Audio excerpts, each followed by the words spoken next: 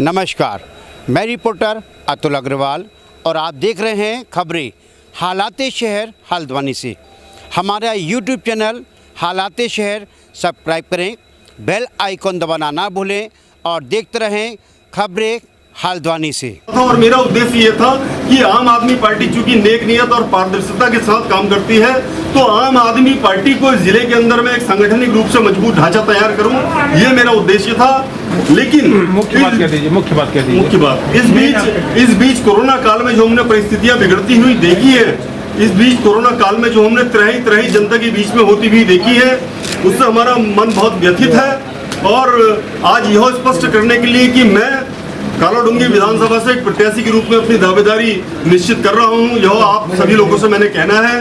आज जो press conference की गई है, इसका क्या उद्देश्य है? देखिए, मैं आपको बताना चाहूँगा कि पिछले 21 वर्षों में भाजपा और कांग्रेस के जनप्रतिनिधियों ने प्रदेश की जनता को बहुत बुरी तरीके से छला है।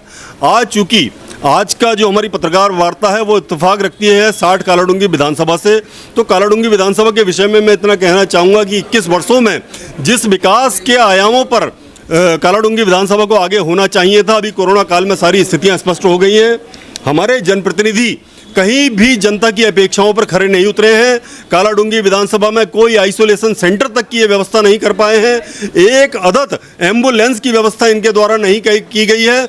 मैं क्षेत्र के हमारे जो काबीना मंत्री हैं, वरिष्ठ काबीना मंत्री हैं और विधायक हैं बंशीधर भगत जी, मैं इस प्रेस वार्ता के माध्यम से उनको चुनौती भी देता हूं कि वो इस बार कालाडूंगी विधानसभा से चुनाव लड़ें। निश्चित रूप से जनता का आशीर्वाद लेकर, पार्टी नेतृत्व का आदेश लेकर मैं भी इस चुनाव मैदान में रहूंगा। और इस बार जनता उनके जो अजीबोगरीब वो बयान गाहे बगाहे देते रहते हैं, जनता की भावनाओं को आहत करने वाले, उनके बयानों का जवाब भी जनता इस बार जरूर देगी। और इतना कहना चाहता हूं कि इस शपथ पत्र के माध्यम से ये हिंदुस्तान के इतिहास में संभवतः पहली घटना है कि शपथ पत्र के माध्यम से कोई प्रत्याशी चुनाव मैदान में उतरने से पहले कानूनी रूप से वो जनता के साथ एक करार कर रहा है। और 12 बिंदुओं पर हमने जनता के साथ करार किया है कि अगर हम इन बिंदुओं पर उनकी अपेक्षाओं पर खरे नहीं उतर पाए तो कोई भी मतदाता कालाडूंगी विधानसभा का हमारे ऊपर कानूनी विधिक कानूनी कार्रवाई अमल में लाने के लिए स्वतंत्र होगा।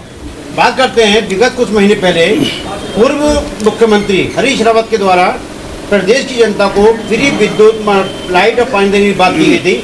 वहीं आज भारतीय जनता पार्टी उसी राह पर चल रही है, इसमें क्या कहेंगे आप? ये कुछ नहीं है, ये आम आदमी पार्टी ने जो काम करके दिखाती है वो अविस्मरणीय काम है। और बंगाल में भी आपने देखा कि इन्होंने 200 यूनिट बिजली फ्री देने की इन्होंने घोषणा करी थी।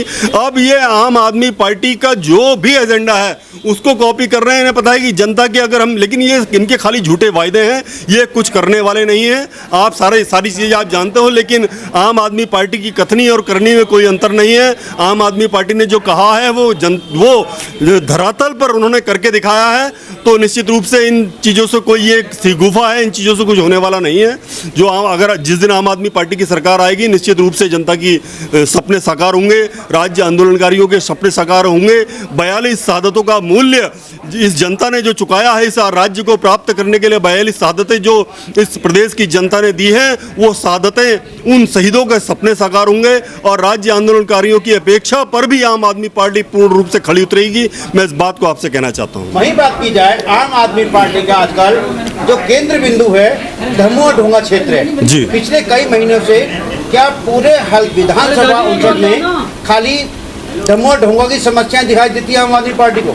नहीं, धमुआ ढोंगा क्षेत्र नहीं, जहाँ आम आदमी पार्टी को समस्या जा रहा है कई महीनों से लगातार आम आदमी पार्टी धमुआ ढोंगा में सक्रिय है। उसका कारण है कि धमुआ ढोंगा हो या गफूर बस्ती हो, ये सारे क्षेत्र की जनता को अपना वोट बैंक मात्र बनाकर भाजपा और कांग्रेस की सरकारें चलती रही हैं। और आम आदमी पार्टी नेक नियत और पूरी ईमानदारी के साथ जनता के पक्ष में खड़ी है और जनता को लामबंद कर रही है कि अपने हक के लिए लड़ो।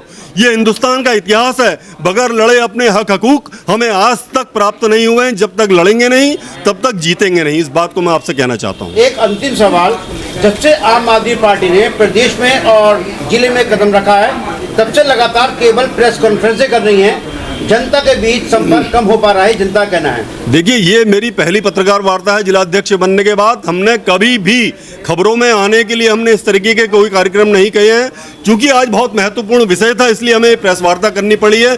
जनता की लड़ाई जहां पर हमें आवश्यकता लगी है, हमने धरातल पर रहने की, लड़ने की कोशिश करी है। गरीब को, मजबूर को उसका हक मिले, उसका अधिकार मिले, इसके हम लगातार संघर्षशील रहे हैं। बजाय इसके कि हम लोग अखबारों में और समाचार पत्रों में, समाचार की खबरों में हम सुर्खियां बने रहने के लिए हमने काम नहीं किया। जनता के बीच में हमने काम किया है, इस बात को कहना चाहता हूँ। धन्यवाद।